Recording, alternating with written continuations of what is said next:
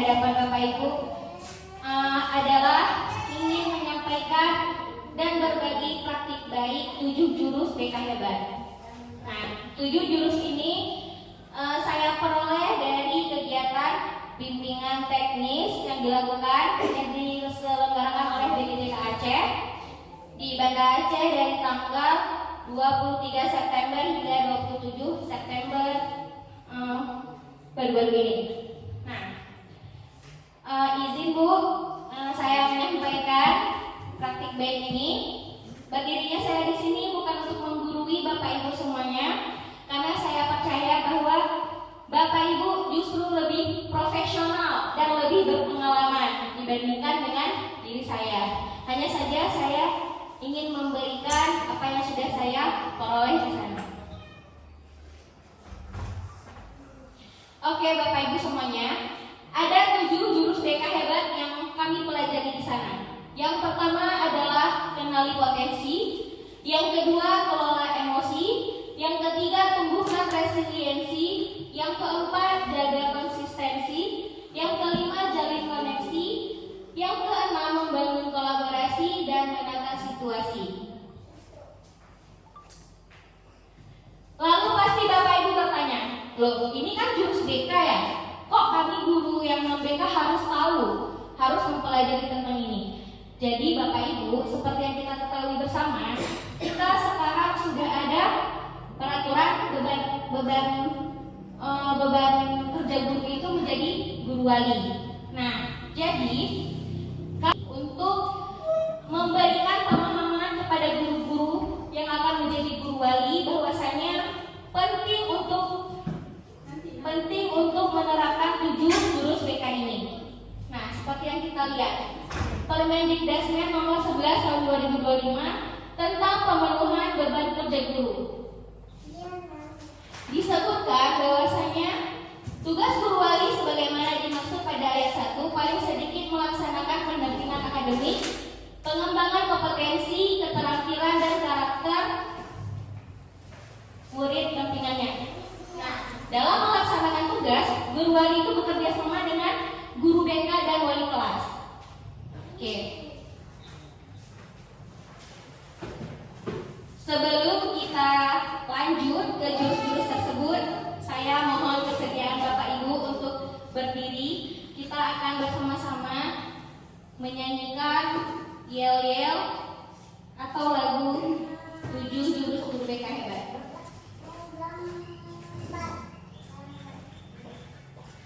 Mohon Bapak Ibu kesediaannya.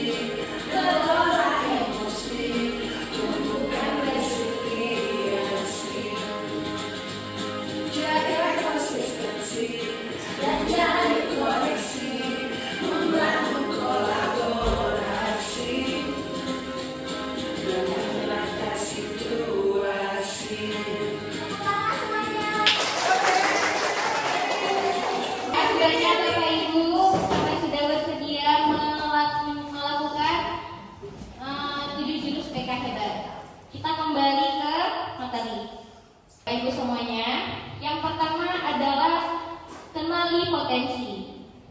Seperti gambar yang Bapak Ibu lihat di depan, di sana ada seorang guru atau kita bilang seorang manusia di antara beberapa hewan. Ada burung, ada monyet, ada penguin, ada gajah, ada ikan, dan ada anjing. Nah, jadi Bapak Ibu, di sini seorang guru ini mengatakan kita harus melakukan seleksi dengan ujian yang sama. Nah, jadi seleksinya itu sama, ujiannya itu sama. Gimana cara ujiannya? Yaitu semuanya harus memanjat pohon. Nah, itulah yang terjadi dengan pendidikan kita, sistem pendidikan kita zaman sekarang ini. Semua anak dituntut untuk bisa matematika misalnya, semua harus ahli. Sedangkan tidak semua anak bisa ahli. Sama seperti hewan-hewan tersebut. Yang di gambar ini yang bisa memanjat pohon siapa Bapak Ibu? Monyet. Hanya monyet kan? Lalu bagaimana dengan ikan? Tidak bisa. Nah, itu adalah sesuatu yang tidak fair sebenarnya, itu nggak adil. Kalau kita bilang itu adalah seleksi yang adil, itu sama sekali tidak adil. Karena itu tidak sesuai dengan potensi atau kemampuan yang dimiliki oleh hewan-hewan tersebut. Nah, jadi Albert Einstein mengatakan setiap orang itu jenius. Tapi jika kamu menilai ikan berdasarkan kemampuannya untuk memanjat pohon, maka ikan tersebut akan menjalani seluruh hidupnya bahwa dia bodoh. Nah, ini sama halnya dengan murid kita Bapak Ibu. Kalau kita melabeli atau menganggap anak kita itu bodoh hanya karena dia tidak bisa mata pelajaran kita, maka seumur hidupnya anak itu akan merasakan bahwa dia itu bodoh. Seperti itu. Jadi, setiap siswa itu punya keunikan, kekuatan dan peluang berkembang. Nah, kita sebagai gurunya perlu melihat siswa itu secara utuh Bapak Ibu, bukan hanya dari nilai akademik. Kita bisa melihat dari keterampilan sederhana yang anak tunjukkan misalnya di dalam kelas. Misalnya dia bisa nih dari cara berbicara, nah mungkin bisa jadi itu adalah kelebihan yang dia punya, dan itu adalah potensi yang perlu untuk kita kembangkan, seperti itu. Kemudian fokus pada menumbuhkan potensi, bukan sekedar memperbaiki kekurangan. Nah, kenali potensi bukan sekedar mengenali siapa yang pintar Bapak Ibu, tapi kita harus menemukan apa yang membuat anak itu bersinar. Sesederhana misalnya anak-anak kita yang laki-laki kebanyakan suka olahraga kan Bapak Ibu. Nah, di situ bisa jadi salah satu potensi yang harus dan kita butuh perhatian lebih untuk mereka gitu. Karena bisa jadi mereka akan berkembang dan bersinar di bidang tersebut. Jadi tidak melulu tentang akademik. Nah, jadi untuk mengetahui potensi ataupun mengetahui gaya belajar, kecerdasan majemuk atau minat karir siswa, kita bisa melakukan asesmen. Di sini ada 2 link yang bisa Bapak Ibu gunakan. Ada yang mau mengerjakan? Ada yang mau mencoba? Mungkin Bapak Ibu bisa mengeluarkan ponselnya Bapak Ibu. Saya kirim ke link ya. Kalau yang mau scan barcode bisa kita ya Bapak Ibu.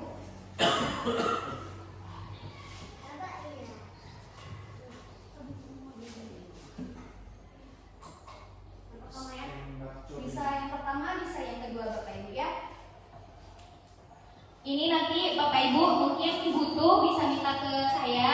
Nanti saya kirimkan ke grup juga melalui grup ini. Mana tahu nanti mau ngetes untuk anaknya di rumah sebagai gambaran awal. Memang tidak tidak menggambarkan secara keseluruhan atau belum benar-benar valid, akan tetapi bisa menjadi modal awal kita lah untuk mengarahkan anak-anak kita seperti itu. Di dalam waktunya ya.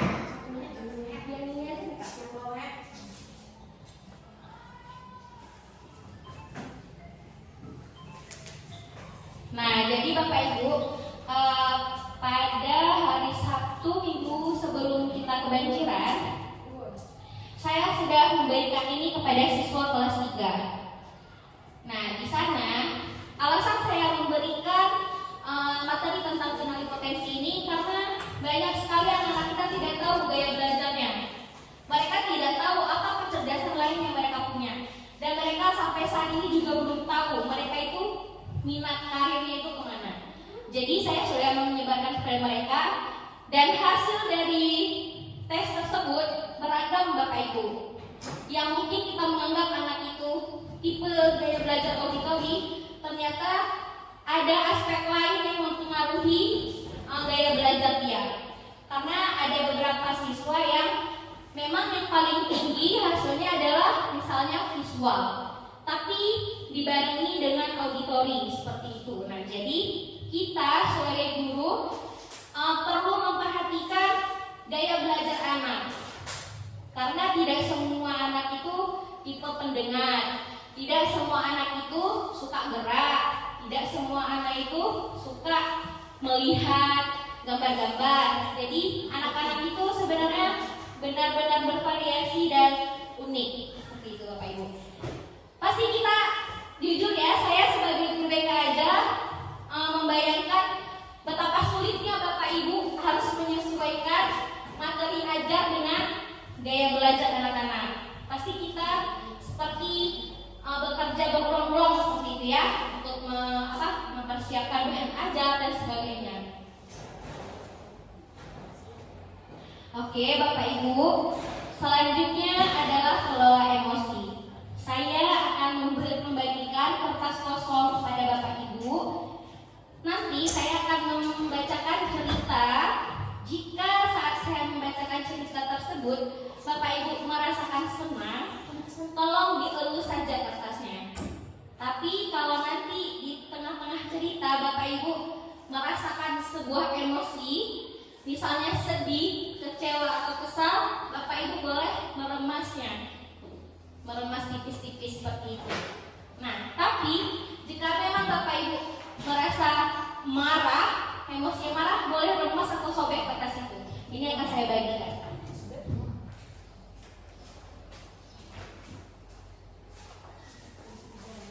Saya belum baca emosi.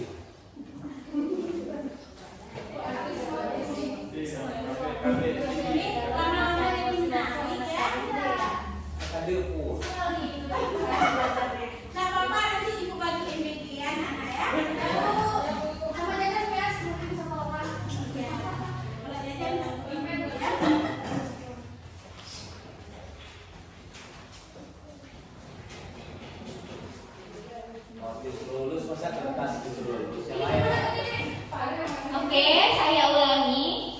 Jika Bapak Ibu merasakan emosi yang senang atau baik-baik saja, kertasnya dielus-elus atau didiamkan saja.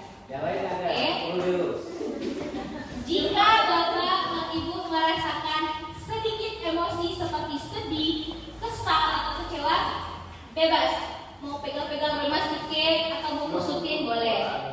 Dan jika nanti meledak emosinya marah, boleh diremas sehancur-hancurnya atau disobek. Bisa? Bisa dipahami? Oke, saya mulai. Bayangkan situasi di bawah ini adalah Bapak dan Ibu. Pagi itu, Bapak Ibu guru berangkat ke sekolah mengendarai sepeda motor. Bahan ajar yang sudah disiapkan rapi digantungkan di motor. Namun, beberapa meter sebelum sampai sekolah, motor mendadak mogok karena kehabisan bensin. Dengan susah payah, Bapak Ibu mendorong motor hingga sampai ke sekolah. Saya lanjut. Masih aman?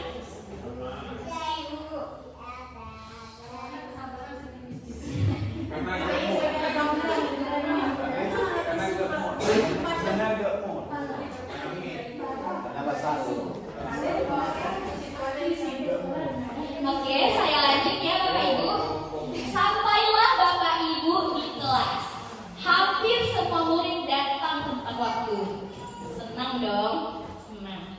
Namun, belum sempat suasana stabil, Andi masuk terlambat. Ia hanya menunduk sambil berkata, "Maaf Bu, Pak, saya telat." Nah, gimana nih reaksi Bapak Ibu?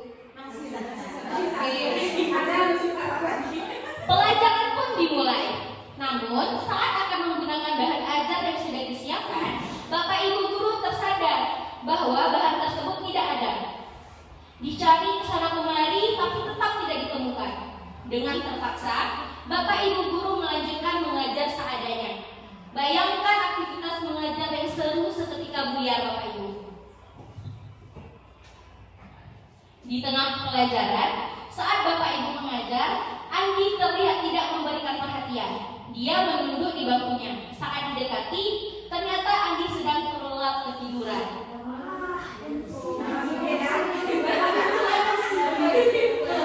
Oke, kita lanjut. Tak lama kemudian, ada seorang bapak mengetuk pintu kelas. Bapak Ibu membuka pintu dan menghampirinya. Bapak itu berkata, "Maaf, saya pamannya Andi. Sebetulnya Andi sudah 3 hari di rumah sakit karena menunggu ayahnya yang sedang sakit. Meski kurang tidur, tapi Andi maksa selalu ingin sekolah karena tidak mau ketinggalan pelajaran. Sekarang saya izin menjemput Andi karena ayahnya masuk ICU."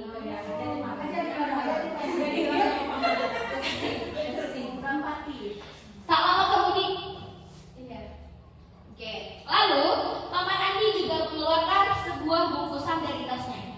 "Oh iya Pak Guru, Bu Guru, tadi di jalan saya menemukan bungkusan ini. Saya tadi cek isinya buku dan ada nama sekolah ini. Jadi saya bawa. Siapa tahu ini Bu Guru bisa mengembalikan kepada pemiliknya." Bu Guru melihatnya dan ternyata itu adalah bahan ajar yang tadi dia cari. Andi dan pamannya pun berpamitan. Oke.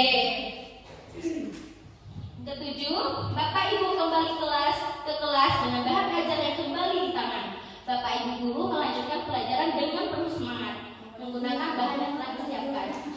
Pelajaran pun berjalan dengan penuh kegembiraan. Selesai. Nah, yuk kita diskusi sama-sama.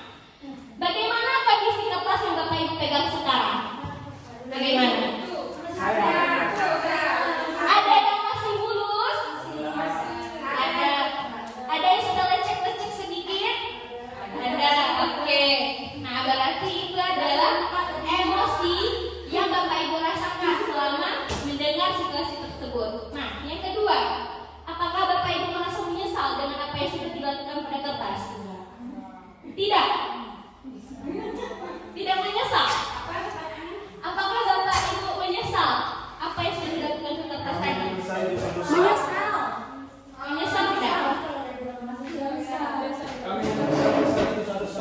Meskipun lecet sedikit menyesal tidak? Sedikit. Nah, jika kertas itu adalah murid kita, bagaimana seharusnya kita bersikap, Bapak Ibu? Ya, harus sabar ya. Nah, iya, kita kusuk-kusuk dada ya. Karena memang begitu Bapak Ibu. Kita terkadang cepat sekali memberikan reaksi terhadap sesuatu. Sedangkan kita tidak cari tahu dulu sebenarnya apa yang terjadi. Kayak Andi tadi, yang kita tahu dia tidur kan di dalam kelas, tapi kita nggak tahu sebenarnya kenapa, apa penyebabnya, kayak gitu. Nah, itu adalah hal yang sangat perlu kita pertimbangkan untuk kita lakukan di sekolah kita, Bapak Ibu. Kita juga melihat kan bagaimana orang tua anak-anak kita yang malah kita bilang peduli pun mungkin enggak sama anaknya. Asaina lagi ya. Jadi kita inilah sebagai gurunya yang harus lebih lebih peka terhadap anak tersebut. Ini kalau kita masuk kelas sebelum masuk orang kelas kecil kita masuk kecil itu udah mana? Ulangi Pak pertanyaan. Siswanya sebelum guru masuk nggak sakit pipis, gitu guru masuk apa mesti pipis? Oke Bapak, pertanyaannya saya simpan dulu ya Bapak. Nanti saya akan membuka sesi tanya jawab. Terima kasih Bapak.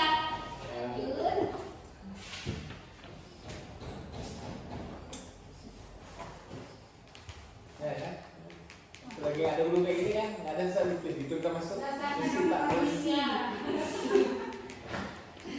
Oke, mengapa guru memerlukan pembelajaran sosial emosional? Nah, karena ini Bapak Ibu, agar guru mampu memahami dirinya sendiri. Sebelum kita memahami anak-anak, pasti kita harus memahami diri kita sendiri. Nah, sehingga kalau kita sudah memahami diri kita, salah satunya kapan kita marah, kapan kita sedih, terus kalau kita marah kita harus kayak mana, kalau kita sedih kita harus kayak mana, baru kita bisa memahami peserta didik kita. Nah, sehingga kalau kita sudah saling memahami, maka anak-anak jadi lebih nyaman sama kita, jadi lebih mudah terbuka, kemudian jadi berani bertanya dan juga bisa mengekspresikan dirinya. Oke, 4 kompetensi yang harus kita miliki dan kita asah. Yang pertama, empati. Memahami perasaan orang lain, mampu merasakan apa yang dirasakan orang lain, mampu memberikan respon yang sesuai. Bapak Ibu, itu penting sekali ya Bapak Ibu. Ibaratnya kalau kita sedih, orang mana yang kita ketika sedih, kamu yang sabar ya, kamu yang sabar, ini semua pasti berlalu. Gak bisa Bapak Ibu. Ketika kita merasakan sedih, perasaan itu valid. Kita harus memvalidasi perasaan sedih kita. Tidak boleh kita menyangkalnya. Kita harus terima, oh saya sedang sedih. Ketika saya sedih, saya harus apa? Jangan kita langsung kayak alah, kamu itu aja, alah. Itu kita sudah bisa kurang-kurangi ya Bapak Ibu. Karena itu sebenarnya sangat mempengaruhi keterbukaan orang terhadap kita. Kemudian pemahaman diri, mampu sadar akan pengalaman yang dimiliki, sehingga mau menerima situasi apapun tanpa menghakimi. Ini maksudnya, kita dulu pernah kecil kan Bapak Ibu? Pernah jadi siswa? Nah, jadi yang terjadi sekarang di anak-anak kita itu sebenarnya mungkin kita pernah melakukan, atau kita pernah melihat kawan kita. Nah, jadi untuk hal tersebut, sebelum kita menjudge, memarahi, memaki anak itu, menegur dengan kata-kata kasar dan nada tinggi, ada baiknya kita coba pahami bahwa itu kita juga pernah kayak gitu. Seperti itu ya. Kemudian bela rasa. Nah, seseorang dapat membatasi perasaannya terhadap orang lain sehingga dapat mengurangi stres. Nah, Bapak Ibu, ketika ada anak-anak yang bikin kita kayak gedeg banget seperti itu ya, kita boleh membatasi diri. Nggak perlu kita jadi ini beban pikiran. Yang penting kita sudah, istilahnya kita harus tahu batas kita aja. Ini saya sudah selesai, upaya saya sudah habis, oke, saya pergi seperti itu. Supaya kita nanti nggak masalah di sekolah jangan dibawa lagi ke rumah, stres kita kan Bapak Ibu. Ya. Nah, itu kita harus punya. Kemudian bertanya secara mendalam, mampu bertanya lebih dalam, mengevaluasi informasi secara objektif. Intinya tidak menelan informasi mentah-mentah. Ini penting. Dan ini saya baru saja terima informasi. Jadi Bapak Ibu, saya tahu seperti kehadiran anak-anak kita ini memang sekarang sangat-sangat anjlok ya. Yang jarang libur sekarang udah sering libur. Tapi kita sebagai guru jangan langsung percaya kata temannya. Kita harus benar-benar mencari tahu dulu. Si ini ada kenal. Tapi pas kita tanya sama orangnya, enggak. Nah, tapi bisa jadi dia bohong, bisa jadi benar. Intinya kita nggak bisa percaya juga sama omongan temannya. Jadi ada baiknya kita jangan langsung bereaksi ngejudge atau memarahi dia. Kita tanya dulu dan cari tahu sumbernya dulu, betul atau tidak. Cara mengendalikan diri. Maaf Bapak Ibu. Mengendalikan diri menggunakan rumus tanya. Seperti saya katakan tadi, ketika kita merasa emosi, entah itu kepada peserta didik kita, entah kepada mungkin keluarga kita harus bisa menerapkan ini. Rumus tanya. Terima emosi-emosi tersebut. Kemudian kita amati. Ini yang aku rasain apa ya? Nah, kemudian kita nikmati. Oke, ini saya sedang sedih. Oke, saya sedang kesal. Kita nikmati. Terus kita yakini bahwa kita ini bisa selesai dari emosi ini. Kita bisa. Oke, ini saya marah. saya pasti bisa meredakan emosi saya. Saya lebih kuat daripada emosi saya. Seperti itu. Baru aksi. Aksi itu tindakan yang bisa kita lakukan. Kemudian ada jeda dan memilih tindakan seperti beristighfar, menghitung 10 sampai 0. Mundur boleh, maju boleh. Kemudian meninggalkan penyebab emosi. Jadi kalau ke anak-anak kemarin saya beri roda pilihan Bapak Ibu. Ada banyak pilihannya. Bisa jadi menghitung tadi, terus bisa menulis diary, terus bisa jadi olahraga, bisa jadi mengatakan stop pada orang yang menyakiti. Ada banyak sebenarnya. Saya yakin Bapak Ibu punya cara sendiri untuk mengatasi dan mengendalikan emosi tersebut.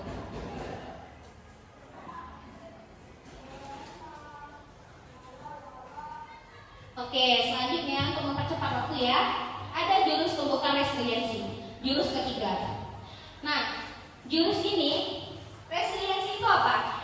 Resiliensi adalah kemampuan seseorang untuk bangkit kembali setelah menghadapi kesulitan, bukan sekedar tidak menyerah, tapi juga kemampuan untuk beradaptasi, belajar, dan terus berkembang.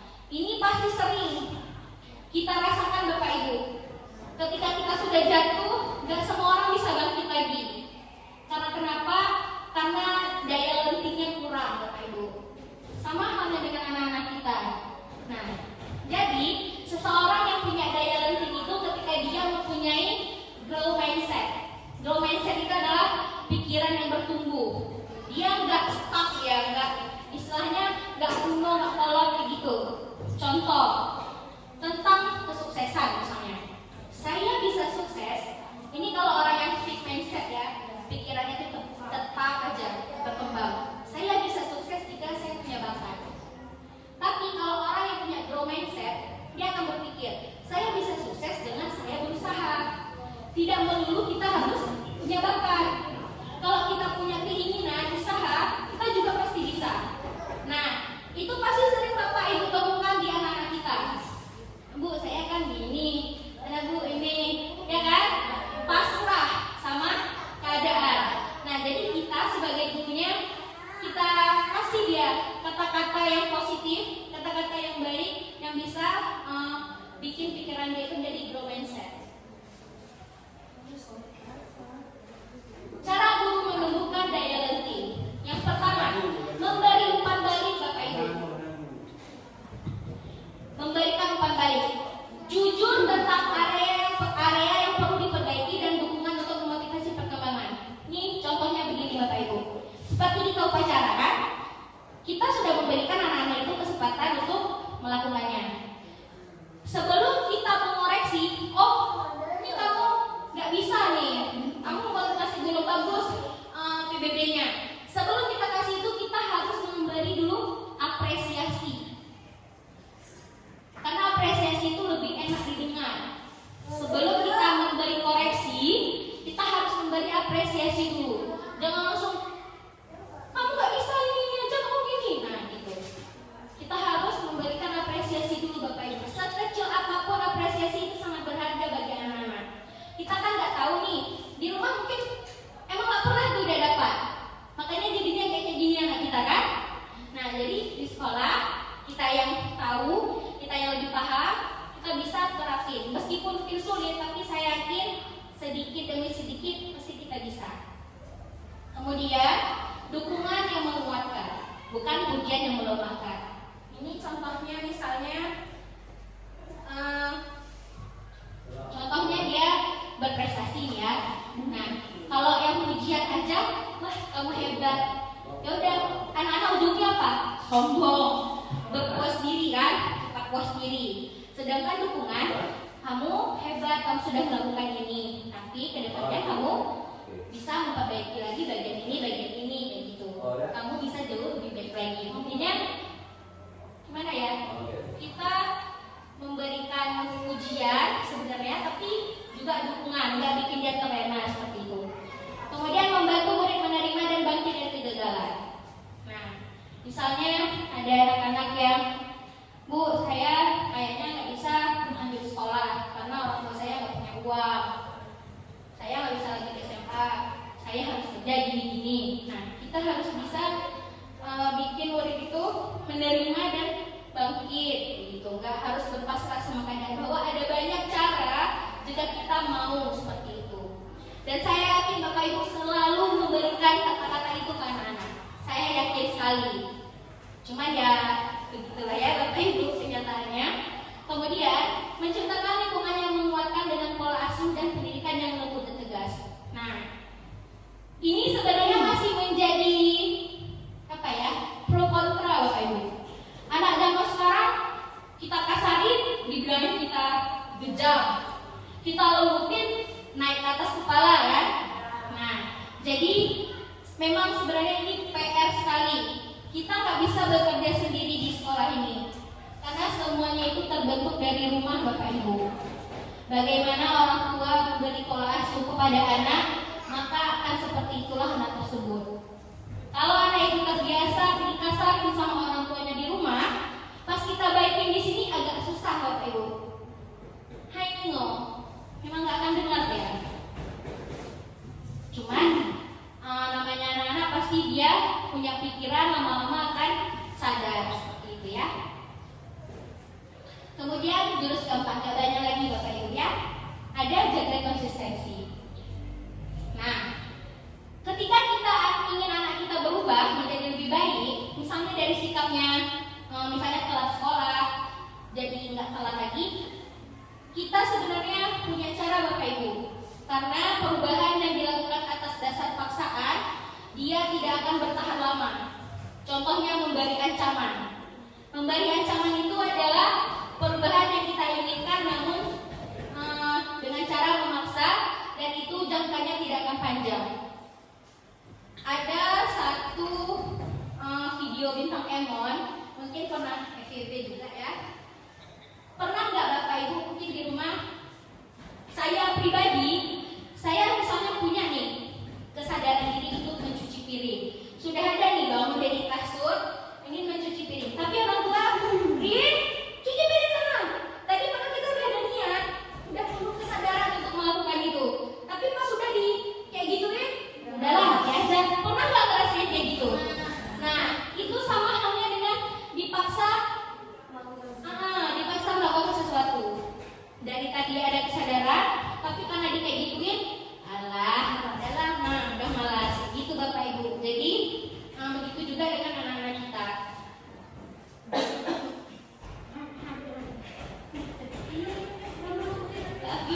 Nah, jadi menerapkan kebiasaan dengan paksaan seringkali menghasilkan kepatuhan eksternal jangka pendek. Murid melakukannya itu karena takut, sehingga cenderung rapuh dan tidak berkelanjutan. Tapi kalau kita memberikan arahan untuk dia memiliki kesadaran, maka biasanya itu akan lebih awet, jangkanya panjang seperti itu. Nah, anak-anak Bapak Ibu dia bisa sadar ketika dia melibatkan pemahamannya, penerimaan dan keinginan untuk melakukan tindakan tersebut. Ketika anak-anak mulai sadar akan manfaat, akan tujuan, akan nilai dari suatu kebiasaan tersebut, mereka akan termotivasi untuk mempertahankannya. Nah, Bapak Ibu coba perhatikan, anak-anak dia senang nggak melakukan sesuatu yang menyenangkan bagi dia. Misalnya kalian hari ini olahraga, banyak yang datang kan? Kalian hari ini jalan pagi, banyak yang datang kan? Karena itu sesuatu yang menyenangkan bagi dia Bapak Ibu. Tapi coba kalau nggak menyenangkan, datang pun enggak dia, ada aja alasannya. Nah, jadi anak-anak itu dia melakukan kesadaran, dia akan sadar ketika dia memiliki kesenangan. Terus ada sesuatu yang dia banggakan. Terus juga dia punya keingintahuan. Misal nih, kayak kita beberapa minggu lalu ada datang polisi, ya kan? Datang anak-anak kan mau tahu gimana polisi itu, nengok mobilnya lah, nengok seragamnya lah, kayak gitu kan? Nah itu keingintahuan anak-anak. Seperti itu manfaat anak-anak akan sadar kalau dia tahu apa ya manfaatnya. Nah jadi kalau kita melakukan mungkin pembelajaran atau mungkin interaksi itu kita harus bawa tombol C3. Kita harus sertakan kesenangan,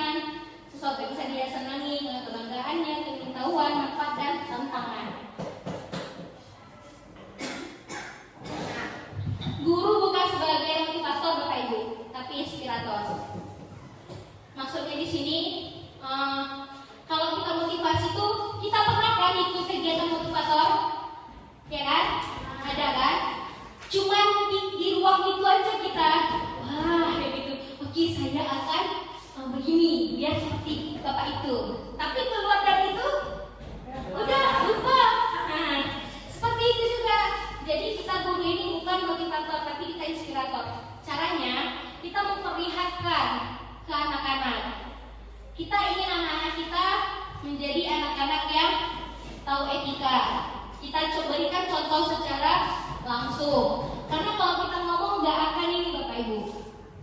Yang ada naik uang leher kita tapi nggak ada perubahan kan? Nah jadi kita harus menjadi inspirator, menginspirasi dia. Oh iya Bapak itu meskipun kami kayak gini tapi Bapak itu sabar kali sama kami dulu. Ingat dia gitu. Selanjutnya jalin koneksi. Nah, jadi Bapak Ibu, jalin koneksi ini kita harus punya keterampilan mendengar aktif. Jangan pas kita ngomong, pas anak ngomong, kita potong. Kayak gitu. Coba Bapak Ibu bayangkan, misalnya Bu Dwi sama Bu Rina sama-sama ngomong, ada nggak yang mendengar? Nggak ada kan? Terus kalau yang satu ngomong, yang satu sibuk sendiri, itu gimana? Nggak juga. Jadi bagusnya gimana Bapak Ibu? Iya betul, satu mendengar, satu bercerita. Itu adalah keterampilan mendengar aktif Bapak Ibu. Kalau kita tidak bisa mendengarkan secara aktif, maka kita tidak akan tahu apa sebenarnya yang dibahas, apa sebenarnya yang dicerita sama anak itu. Sama juga sama anak kita, sama keluarga kita kayak gitu. Kalau kita sama-sama beradu argumen, misalnya ibu lagi ngomong, terus tiba-tiba dipotong sama orang, kesal nggak? Nah, jadi seperti itu juga Bapak Ibu kan anak kita. Kalau mereka lagi mengungkapkan aspirasinya, dengarin aja dulu. Nanti kalau udah dia selesai, kita lanjutkan obrolan kita. Dan kalau memang mereka sedang memotong, beritahu, nah, memang kamu bicara itu tidak baik. Kamu mau ibu dengar, jadi kamu harus mendengarkan ibu seperti itu.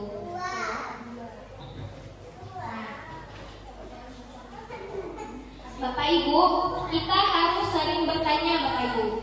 Kita harus mencari tahu sedalam-dalamnya tentang anak kita. Jangan dia malas, ya udah malas saja gitu katanya. Tapi kita nggak tanya, kenapa kamu malas? Apa yang menyebabkan kamu kayak gini? Oh, jadi kamu di rumah kayak gini ya. Kita gimana ya Bapak Ibu? Kalau gunung es, ibaratkan gunung es, cuma cuil di atasnya aja yang kelihatan. Tapi di dalamnya itu kita nggak tahu kan? Jadi makanya kita harus tanya. Tapi nggak semua anak dia terbuka, betul.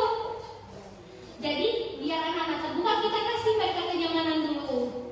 Kalau kita langsung dar-der-dorin, gimana mau terbuka? Oh kamu nah, gimana? Gak bisa, sulit anak-anak terbuka. Bahkan yang udah kita baikin aja susah terbukanya kan Bapak Ibu? Nah, jadi seperti itu. Kemudian membangun kolaborasi ini hubungannya dengan masalah siswa. Kita di sini semuanya bersaling berkolaborasi. Saya guru BK Bapak Ibu memang sebagai guru konseling anak-anak seperti itu ya. Tapi dengan jumlah siswa yang 60, pasti saya tidak akan bisa mengcover satu persatu kepribadian anak-anak itu. Ada yang mungkin terlewati mata saya, ya kan? Ada pula yang mungkin memang nggak mau dekat seperti itu. Ada anak-anak kita yang terbuka sama saya Bapak Ibu. Ada yang datang ngechat saya, curhat ada. Tapi banyak juga yang enggak. Nah, jadi di sini penting kita kolaborasi sama-sama. Mungkin anak ini namanya sama Bu Sakinah, gitu kan?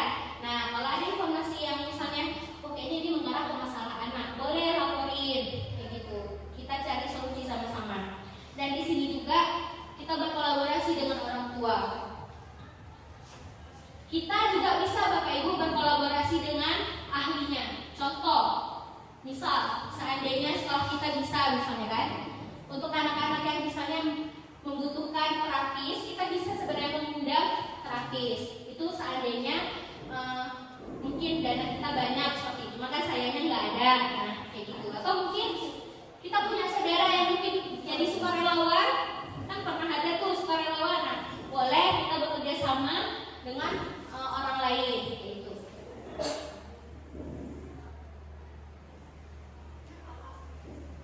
Kapan perlu kolaborasi dalam penanganan masalah? Pertama, masalahnya itu berulang dan kronis.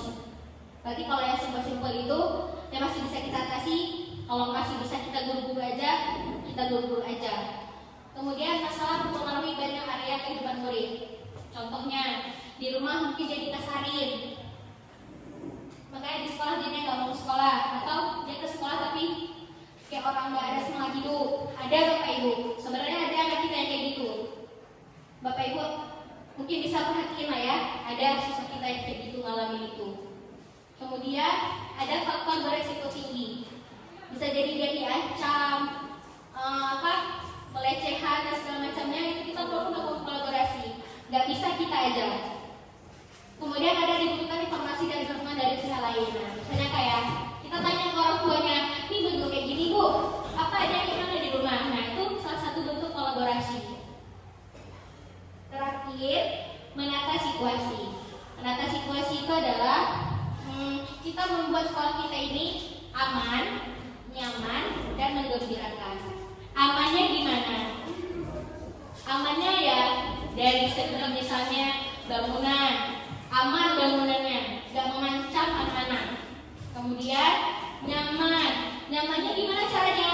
Nyaman karena guru-gurunya itu hangat, misalnya guru-gurunya itu sabar, guru-gurunya itu tidak berkata kasar, guru-gurunya itu menyenangkan. Nah, itu bikin anak-anak merasa nyaman.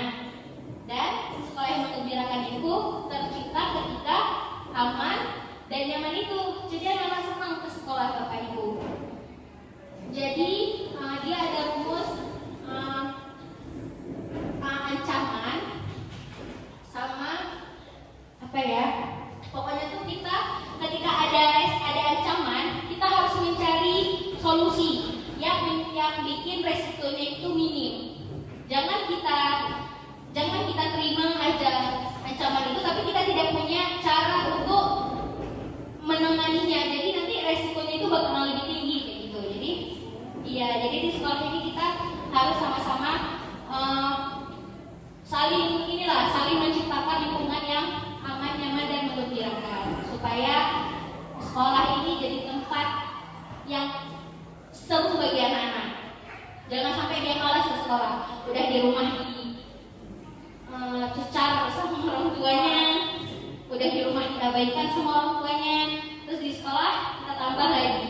Nah, begitu Bapak Ibu, sekian yang bisa saya sampaikan. Mohon maaf sekali lagi, di sini bukan maksud saya menggurui Bapak Ibu, karena di sini kita sama-sama saling mengingatkan. Saya pun sebagai guru BK belum sempurna dalam menerapkan layanan konseling. Jadi saya minta bantuan Bapak Ibu semuanya supaya nanti saat membimbing anak-anak guru walinya itu bisa menerapkan 7 jurus ini.